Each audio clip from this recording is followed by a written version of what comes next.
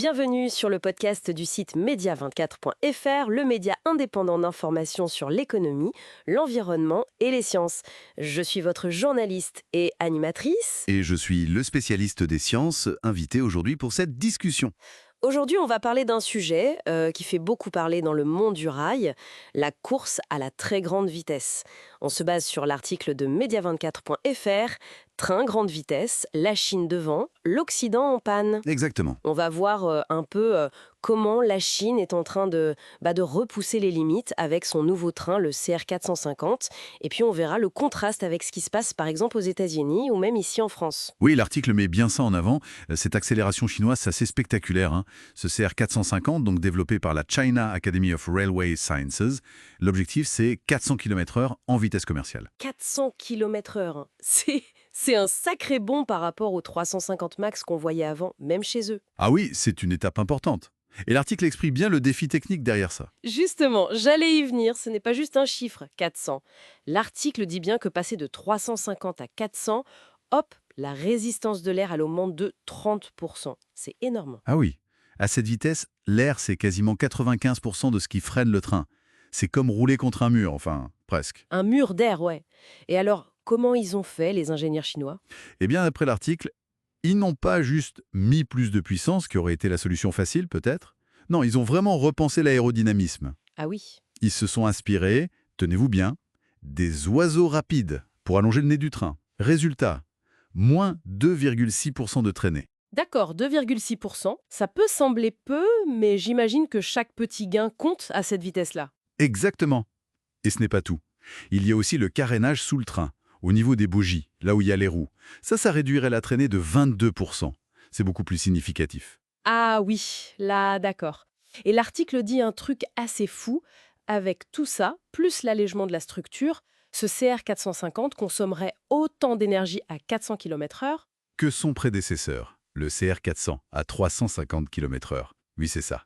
Maintenir la conso en allant plus vite, c'est vraiment l'exploit technique. C'est clair. Mais alors, il y a un autre point, c'est le freinage. Comment on arrête un monstre pareil lancé à 400 km/h? Ah, le freinage? Ah oui, l'article en parle bien. Ça dégage une chaleur colossale. Il donne une image.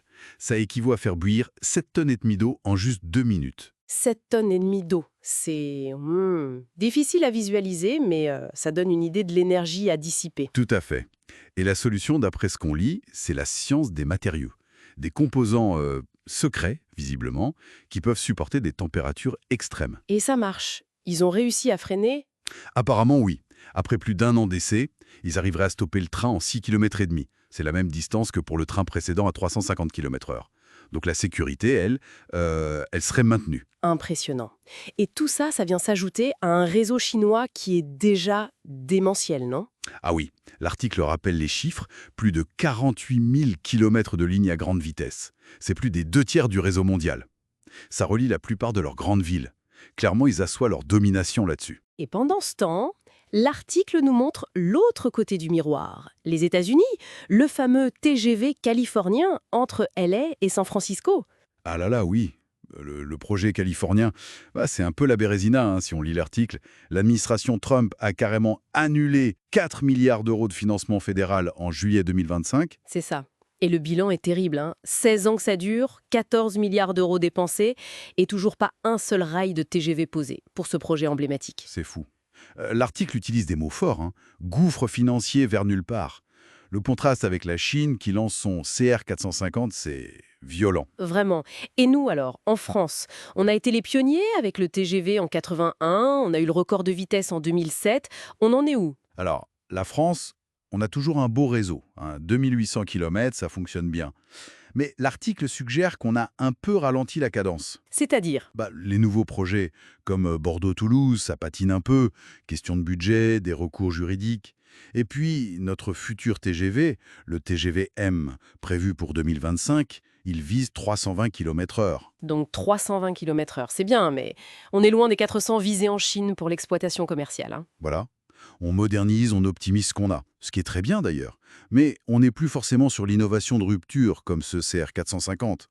On reste un acteur important, bien sûr, mais plus le leader technologique incontesté d'autrefois. L'article mentionne aussi rapidement les trains à lévitation magnétique, les maglev, au Japon, à Shanghai. Eux, ils battent des records de vitesse purs, non? Oui, oui, tout à fait.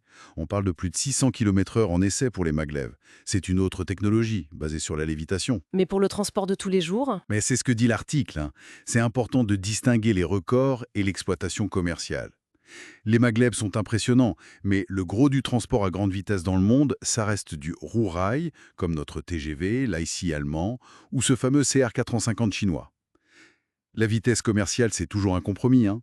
Performance, sécurité, coût, l'infrastructure qui existe déjà.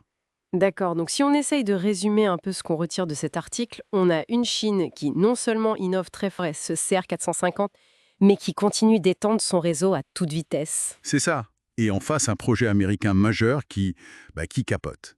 Et une Europe, avec la France en figure historique, qui améliore l'existant, mais qui semble un peu distancée sur la prochaine grande étape technologique des 400 km/h commerciaux. Le contraste est vraiment marqué.